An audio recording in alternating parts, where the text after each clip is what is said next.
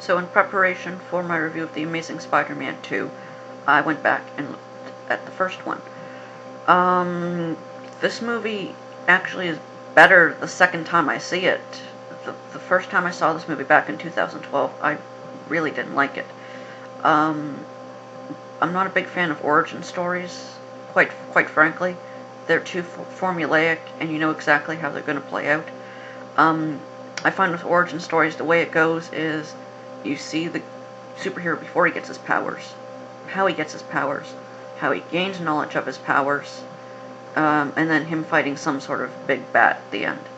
So it felt very formulaic, and it always does, but looking back at this movie, it tried to mix it up a little bit, at least with the Spider-Man mythology. And the way they changed it, I actually liked how they changed it. I like that it's a little bit of a murder mystery, like who killed Peter Parker's parents, and how it seems like all the villains in the franchise might actually be tied to Oscorp. If the trailers for the second one hinted anything, it said Oscorp is responsible for most of the villains in the Spider-Man franchise. Okay, so I'm going to go over what I didn't like about the film that much. One thing that bothered me is the Peter Parker character, before he gets bitten, is he's not really a nerd. That's what kind of threw me off the first time I watched it, and still throws me off. If anything, he's just not a popular kid. And the high school they depict in that movie is not real high school. It's like movie high school where, oh, you wear glasses, you're uncool, sort of thing. There's a scene halfway through the movie when Peter's walking through the park or something after he has his powers, and there's two geeks or nerds talking about him. They are more stereotypical of what I thought Peter Parker would look like. But I'm up for different interpretations of it. That's, like, you know, it doesn't really bother me. It just kind of threw me off a little bit. I like Andrew Garfield as Peter Parker. With this new character they're going for, they're trying to make him more confident, it seems. And Andrew Garfield plays that. He plays that really well. Emma Stone as Gwen Stacy, that was actually a better choice than Kirsten Dunst as Mary Jane, in all honesty. I'm not a big reader of the comics. I've seen the old cartoon, so I'm not really a good judge on how they compare, like, the movies to the comics. My school of thought for adaptations like that is you can change the source material as long as you don't change what the source material stands for. Like with the new Man of Steel movie, that really pissed me off. But that review will come on another day, believe me.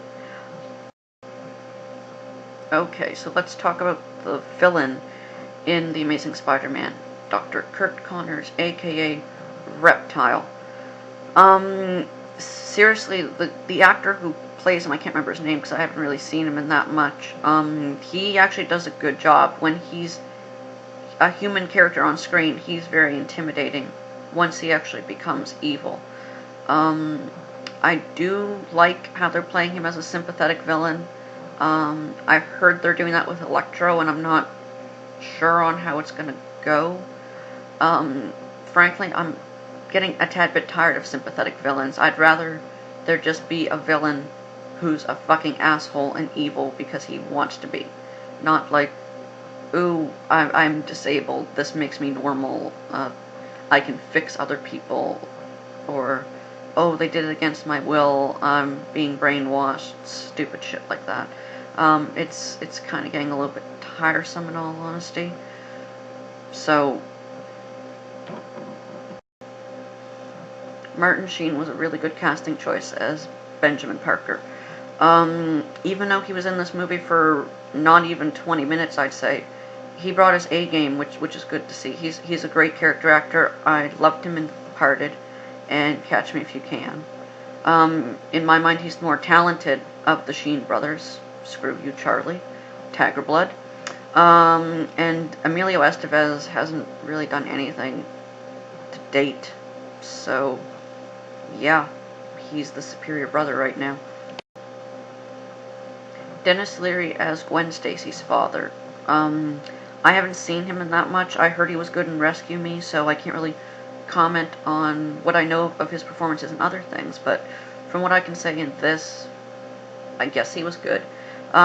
His scenes didn't really require that much emotional range. There was just that one death scene with him at the end, and that was just him telling Parker not to date Stacy, so I can't really comment that much on his performance in this. I didn't hate it, so that has something going for it. Okay, a few quick closing thoughts and comments. First off, Peter Parker invented the web shooters in this. It varies from mythology to mythology, I guess. In some of them, he can shoot it out of his arms because of the spider bite. In others, he makes it. This one, he makes it. So, in this mythology where he makes it, why doesn't he sell that to the police and become a billionaire? Or at least a billionaire who has spider powers and can fight crime?